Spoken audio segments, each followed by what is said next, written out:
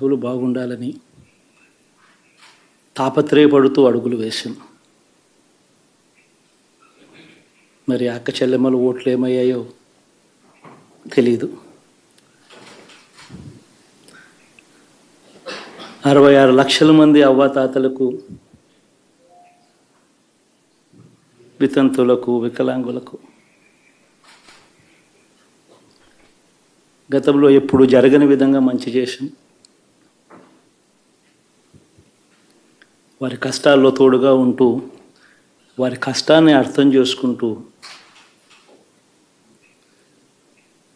వారి ఇంటికే పంపించే వ్యవస్థను సైతం తీసుకొస్తూ, గతంలో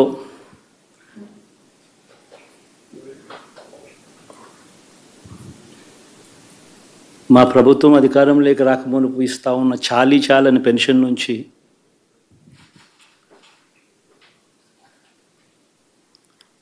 ఎంతో మంచి చేస్తూ అడుగులు వేసినా కూడా ఆ అవ్వాతాతలు చూపిన ఆప్యాయత ఏమైందో కూడా తెలియడం లేదు. దాదాపుగా 1,05,00,000 మందికి పొదుపు సంఘాల అక్క చెల్లెమ్మలకు మంచి జరిగిస్తూ వారి కష్టాలనే మా కష్టాలుగా భావిస్తూ ఇచ్చిన ఏ మాట తప్పకుండా అన్ని రకాలుగా వాళ్ళకు అండగా ఉంటూ ఆసరాతో తోడుగా ఉన్నాం. 0 వడ్డీతో సైతం అండగా ఉన్నాం. చేయూత సైతం తోడుగా ఉంటూ నిలిచాం. మరి ఆ 1,05,00,000 మంది అక్క చెల్లెమ్మల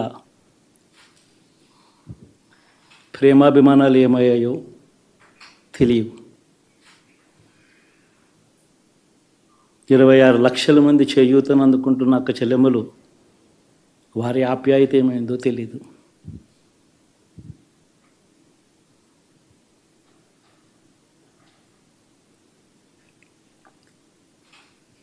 పిల్లల చదువుల కోసం ఏ తల్లి ఏ తండ్రి ఇబ్బంది పడకూడదు అని మొట్టమొదటిసారిగా పూర్తి ఫీజులు ఇస్తూ తీసుకొచ్చి అందగా నిలిచాం. చదువుల్లో ఎప్పుడూ చూడని మార్పులు తీసుకొచ్చాం. దాదాపుగా 12 లక్షల మందికి సంవత్సరానికి మంచి జరిగిస్తూ ఆ పిల్లలు ఆ తల్లుల అభిమానం ఏమైందో కూడా తెలియదు.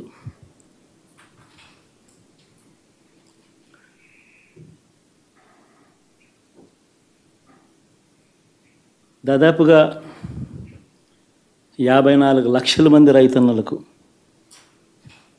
గతంలో ఎప్పుడూ చూడని విధంగా జరగని విధంగా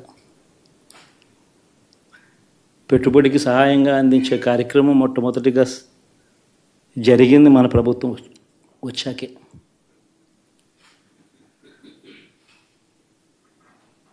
మరి అంతగా రైతన్నలకు తోడుగా ఉంటూ రైతన్నలకు రైతు భరోసా ఇవ్వడం కానీ, సమయానికే వారికి ఇన్పుట్ సబ్సిడీ ఎప్పుడు జరగని విధంగా సీజన్ ముగిసేలోగానే ఇచ్చే కార్యక్రమం కానీ, ఉచిత ఇన్సూరెన్స్ కానీ, పగటిపూట 9 గంటలు ఇచ్చే కార్యక్రమం కానీ, ఉచిత విద్యుత్ ఇచ్చే కార్యక్రమం కానీ, మరి 1/2 కోటి మంది రైతన్నల ప్రేమ ఏమైందో తెలియదు.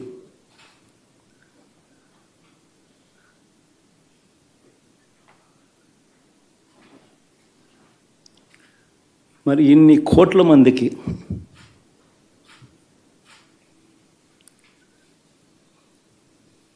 పేదవాడికి తోడుగా ఉంటూ ఆటో డ్రైవర్లు నడుపుకుంటా ఉన్నవాళ్ళు ఆటోలు దోలుకుంటూ టాక్సీలు దోలుకుంటూ ఇబ్బంది పడకూడదని వారికి అండగా ఉంటూ ఓ వాహనమిత్ర, నేతన్నలకు అండగా ఉంటూ ఓ నేతన్న నేస్తం, మత్స్యకారులకు తోడుగా ఉంటూ మత్స్యకార భరోసా, ఫుట్పాత్ మీద చిన్న చిన్న ఇడ్లీ షాపులు పెట్టుకొని నడుపుకుంటూ, చిన్న చిన్న బంకులు పెట్టుకొని నడుపుకుంటూ, చిన్న చిన్న వ్యాపారాలు చేసుకుంటా ఉన్న వీళ్లకు, నా అక్క చెల్లెమ్మలకు, నా అన్నదమ్మలకు మంచి జరగాలని ఆరాటపడుతూ, వాళ్ళకు ఒక తోడు, నా రజకులకు, నా నాయి బ్రాహ్మణులకు, నా టైలర్లకు అని అండగా ఉంటూ వారికి ఒక చేదోడు. మరి ఇన్ని లక్షల మందికి ఇంత మంచి చేసి, ఇన్ని కోట్ల మందికి, లక్షలు కూడా కాదు, కోట్ల మందికి మంచి జరిగించి, ఎప్పుడు జరగని విధంగా మేనిఫెస్టో అంటే ఒక చెత్తబుట్టలో పడేసే డాక్యుమెంట్ కాదు. ఒక మేనిఫెస్టో అంటే ఒక బైబిల్ అని, ఒక ఖురాన్ అని, ఒక భగవద్గీత అని మొట్టమొదటి రోజు నుంచి కూడా భావిస్తూ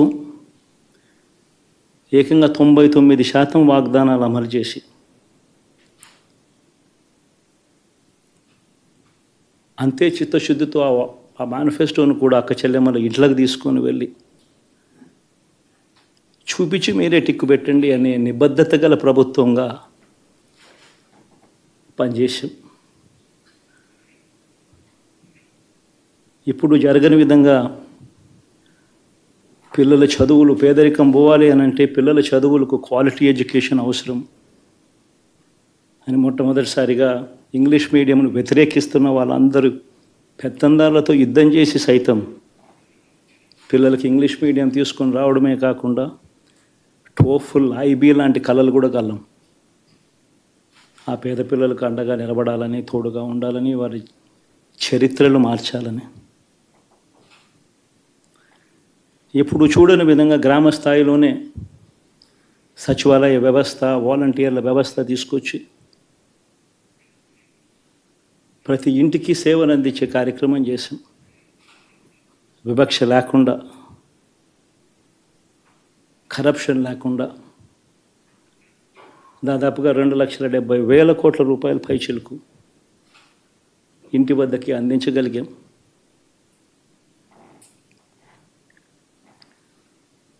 ఇప్పుడు చూడని మార్పులు తీసుకురావడమే కాకుండా ఒక చదువుల రంగం అయితేనేమి, ఒక విద్యారంగం, ఒక వ్యవసాయ రంగం అయితేనేమి, ఒక వైద్య రంగం అయితేనేమి, ఏ పేదవాడు ఎప్పుడూ ఇబ్బంది పడకూడదు అని ఎప్పుడు ఊహించని విధంగా మార్పులు తీసుకొస్తూ పేదవాడికి అండగా నిలబడగలిగాం. విమెన్ ఎంపవర్మెంట్ అంటే ఇది, మహిళా సాధికారత ఇది అంటే ఇది అని ప్రపంచానికి చాటి చెప్పగలిగాం. సోషల్ జస్టిస్ అంటే, సామాజిక న్యాయం అంటే ఇది అని ప్రపంచానికి చూపించగలిగాం. మరి ఇన్ని గొప్ప మార్పులు చేసిన తర్వాత, ఇన్ని కోట్ల మందికి మంచి జరిగిన తర్వాత మరి అభిమానం ఏమైందో, ఆప్యాయత ఏమైందో తెలీదు.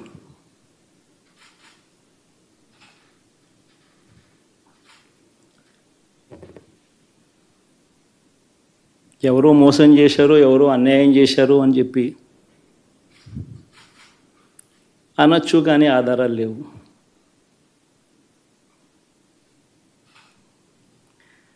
ఏం జరిగిందో దేవుడికి తెలుసు.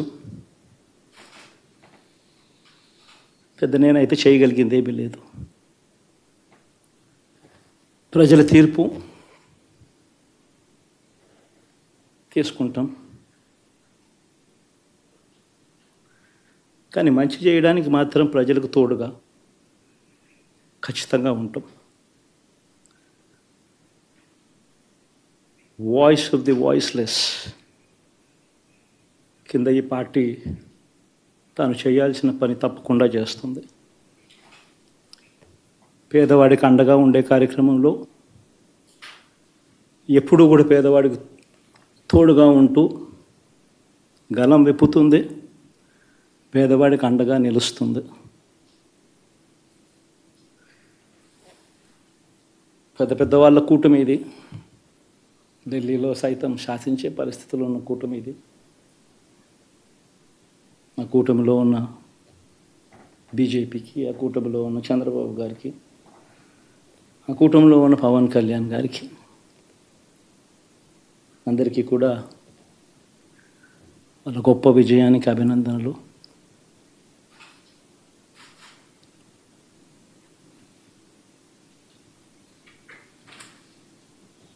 ఓడిపోయినా కూడా నా ప్రతి కష్టంలో కూడా తోడుగా అండగా నిలబడిన నా ప్రతి నాయకుడికి, ప్రతి కార్యకర్తకు, ప్రతి వాలంటీర్కు, ప్రతి ఇంట్లో నుంచి వచ్చిన ప్రతి స్టార్ క్యాంపెయినర్గా నాకు తోడుగా నిలబడిన నా అక్క చెల్లెమ్మలకు, అన్నదమ్ములకు, మీ అందరికీ మనస్ఫూర్తిగా మీ అందరికీ కూడా కృతజ్ఞతలు తెలియజేస్తా ఉన్నాను. ఏం జరిగిందో తెలియదు కానీ ఏమి చేసినా, ఎంత చేసినా ఇంకా 40% ఓటు బ్యాంకు మాత్రం తగ్గించలేకపోయారు. ఖచ్చితంగా మళ్ళీ ఇక్కడి నుంచి లేస్తాం.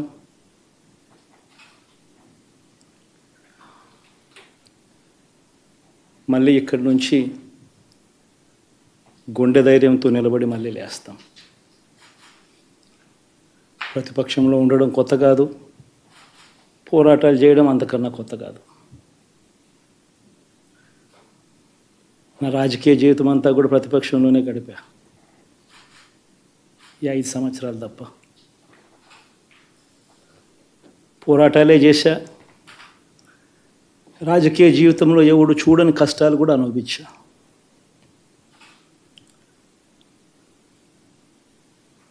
ఇప్పుడు అంతకన్నా కష్టాలు ఏదైనా పెట్టినా కూడా సిద్ధంగా ఉన్నాం, సిద్ధంగా ఎదుర్కొంటాం. ఆల్ ది వెరీ బెస్ట్ గవర్నమెంట్లోకి వచ్చిన వాళ్ళకు. Thank you.